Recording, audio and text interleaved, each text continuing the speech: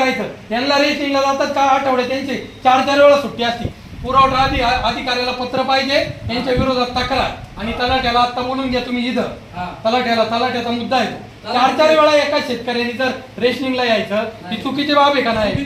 मग त्यांनी काय बिचाऱ्यांनी रोज बुडवायचा 200 रुपयाच्या रेशनिंगसाठी इथं लाईन लावायची का? मग ह्या रेशनिंगवाल्यांनी ते नियोजन केलं पाहिजे. आता आणखी तुम्हाला तिसरा एक मुद्दा सांगतो. पोलीस स्टेशन आपलं कुठे आहे? कैलास शेठ पोलीस स्टेशन कुठे? आळ्या फाट्यात. पहिलं पोलीस स्टेशनला काही तकलीफ असली, इथं काही तक्रार झाली, ती इथं चौकीला तक्रार घ्यायची. आता तक्रार घेत नाही, ते ऑनलाईन तक्रार तिकडे करायला होतात. म्हणजे माणसाने हेलपाटे मारायचे. भांडणं झालेला माणूस आहे ना, अवस्था त्याची मानसिक स्थिती बरोबर नसती. जाता येताना जर 12 किलोमीटर जाताना त्याचा त्या तक्रार करायच्या नादात ऍक्सिडेंट झाला, तो मेला, ती इथं तक्रार घ्यायला काय हरकत आहे? पोलीस चौकी आहे का? तुम्ही त्याचं उत्तर मला पोलीस असेल किंवा ग्रामपंचायत असेल, त्यांनी शिस्तीतच वागलं पाहिजे असं माझं मत आहे. आणि 4-4 वेळा त्या महिलेला यायला नाही लावलं पाहिजे. सर्व्हर डाऊन आहे, तो शासनाचा विषय. त्या बाईने 400 रुपये रोज बुडवायचे, 300. 4-4 वेळा रेशनिंग येण्यापेक्षा ती विकत नाही घेऊ शकत का? मग तो बी विषय, ते तुम्ही ऑफलाईन बी दिलं पाहिजे तिला. आणि 2 किलो कमी किंवा 1 किलो कमी असं बी कधी कोणी केलं नाही पाहिजे. ते बी माझं मत आहे. तिला जेवढं भेटतंय ना तेवढं तिला ते रेशनिंग दिलंच पाहिजे. तिला 1 किलो कमी 2 किलो जास्त, तो बी तिला जास्त लागलंच असेल ना, त्यांना जर द्यायचं असेल तर देऊ द्या, काही प्रॉब्लेम नाही. पण कमी देता कोणी कामा नाही, ही माझी विनंती. मग माझी काय कोणताही रेशनिंग धारक असो, मी जे बोलतो ना, इथलं जेवढे सभागृहात माणसं आहे का, त्यांच्या वतीने बोलतोय. म्हणजे सगळ्या अडचणी, त्या अडचणी सॉल्व्ह झाल्या पाहिजे. नाही तर याच्यामध्ये उद्या वादाचा विषय होईल. बरं, मी पहिल्यांदा कधी बी ना पहिली हिंट देतो, सगळं सांगतो, मग परत मला बोलायला का का वाद होतोय किंवा का करता. तुमची दक्षता कमिटी तिने बी तिची ना काळजी घ्यायची. जो अध्यक्ष आहे त्यांनी, नाही तर ग्रामसेवक आपले तलाठी भाऊसाहेब आहे, त्यांच्याकडे आपण सगळ्यांनी विनंती ग्रामसभेने केलेली, मी एकट्याने नाही केली. कारण मी एकटा बोलतोय, हे सगळे ऐकतात, मग यांची मंजुरीची. जर यांनी विरोध केला असता तर मग माझा विषय काय चुकीचा असता असं मी म्हणलो. त्याच्यामुळे तो संवेदनशील मुद्दा आहे. त्या महिलांना 10 वेळा यायला लावू नका, ही माझी परत एकदा विनंती आहे. आणि ग्रामसेवकांनी वाटलं ना, तो ठराव घ्या आता. आणि जर काही प्रॉब्लेम असेल तर तो ठराव भाऊसाहेबांकडे देऊन टाका, तलाठी भाऊसाहेबांकडे. आणि परत एकदा विनंती का याच्यावर काहीतरी सोल्युशन आज तलाठी भाऊसाहेबांनी रेशनिंग धारक बसलेले त्यांनी काढावं, एवढी आमची विनंती. सोमवार दिवस निमेष टाकतो म्हणून तुम्ही सोमवार दिवस काही समज करू नका. कारण सोमवार दिवसाला आम्ही 1-2-3 मस्ती घेऊन बसतो. रेशनवाला रेशन वाटतो, एक वेळ शिकतो.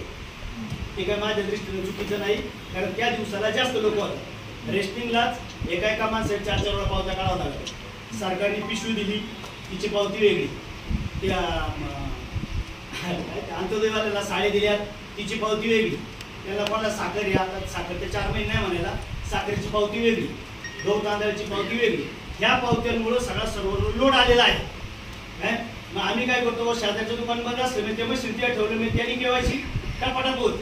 आणि जुलै महिन्याच्या 5 तारखेपासून सर्व रोडची प्रॉब्लेम आलेला आहे. त्यामुळे रेशनिंग आणि केवायसी अकाउंटला चालू नाही, जमत नाही. आणि केवायसी झाली नाही म्हणून असं कोणी सांगितलं का बाबा तुमचं धान्य मी दिलं नाही म्हणून. केवायसीला अजून गव्हर्नमेंटने मुदतवाढ दिलेली आहे. बिजू तुडून सांगतो, पहिले रेशनिंगला प्राधान्य. तुम्ही जर केवायसी करीत बसलो, केवायसीला सुद्धा 4-4-5-5 वेळा अंगठा घ्यावा लागतो. त्याचा आधार नंबर पहिला टाकायचा, 12 अंकी नंबर टाकलो, 12 परत त्याचा आधार नंबर टाकायचा, नाही बसला का परत 12 नंबर टाकायचा. एका माणसाचे केवायसी करायला 48 बटन दाबावं लागतात अण्णा, त्यावेळी ती केवायसी होती. म्हणून पहिले रेशनिंग. अरे आम्ही काय सांगतो, पहिले रेशनिंग घ्या आणि तुमच्या सवडी एका कुटुंबात एका दिवशी 1 माणूस पाठवला, 2 दिवस माणसं पाठवले, तुम्ही ते पाठवले होते, केवायसी करायला वेळ मिळेल का? आणि केवायसी वरून कोणी सांगा एवढ्या सभागृहात का आम्ही रेशन दिलं नाही म्हणून. केवायसी वरून तुम्ही रेशन दिलं नाही हा मुद्दा बरोबर, माझं बोलणं होतं त्यांचं बरोबर. तर काय विचारलं आम्हाला, हा तुम्हीच म्हटले सांगा ना भाऊ, काय रेशन कोणाला मिळालं नाही का? हा केवायसी केवायसीची अडचण आहे आमची.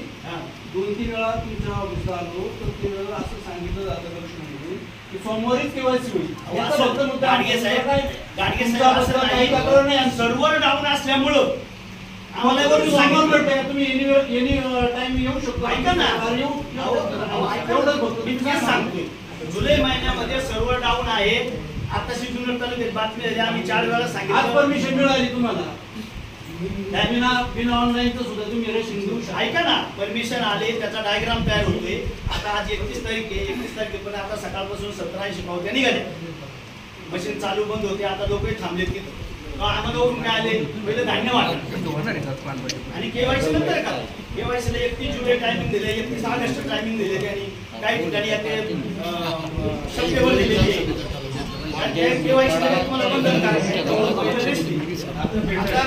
आता कोण कमी दिलं जातं कोण मुलं जास्त दिलं जातं काय तर असं माझ्या दृष्टीने नाही बुवा एखाद्याचा गैरसमज ऐका ना आता एखादी माणूस काय म्हणतो बुवा आम्हाला 18 किलो तांदूळ द्या 2 किलो गहू कमी तांदूळ दिले असते एखाद्याला तांदूळ दिला जातो गहू दिला जातो पण कुणालाही धान्य माझ्या दृष्टीने कमी दिलं जात नाही आणि एखाद्याचं निर्णय चुकीने झाला असेल तर त्याची जबाबदारी आम्ही घेतो ना आणि कुणी म्हणलं आता कोणतरी म्हणलं महिलेला अपमान नसतो वागणूक एखाद्या महिलेने सांगायचं बाबा मला अपमान नसतो वागणूक दिली नाही होतंय होतंय ऐका होतंय ऐका ना होतंय जे होतंय ते तुम्हाला मी सांगितलेले जे होते अरे तुरीची भाषा महिलेबरोबर नाही झाली पाहिजे कोणती बी महिला असू दे कुठे नाही आली पाहिजे तिकडेच नाही आणि मी ग्रामपंचायतीत सांगितलंय शासकीय कार्यालय कुठंच नाही आली पाहिजे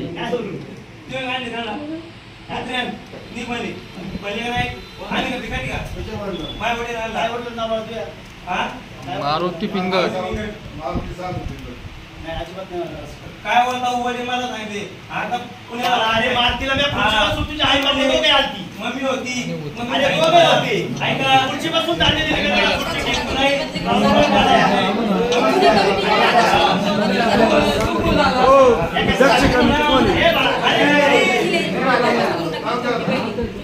दक्षता कमिटी हजर आहे का ती पहिले बघा बरं कोणी दक्षता कमिटी कोण बघा बोला बोलायचं बिंदास आपले अन्याय झाले कोण बोलणार तुम्ही नाही बोलणार मग कोण बोलणार या पुढे या पुढे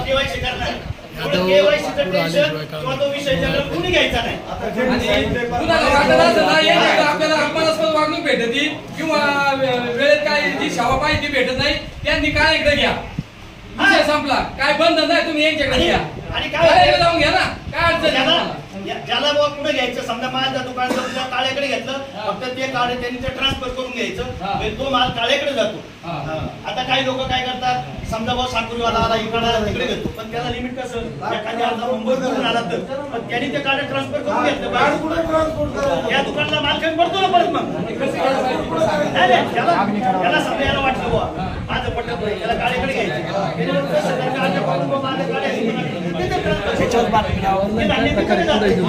बातमी लावा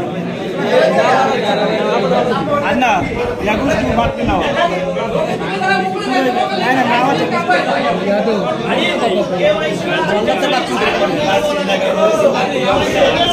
नाही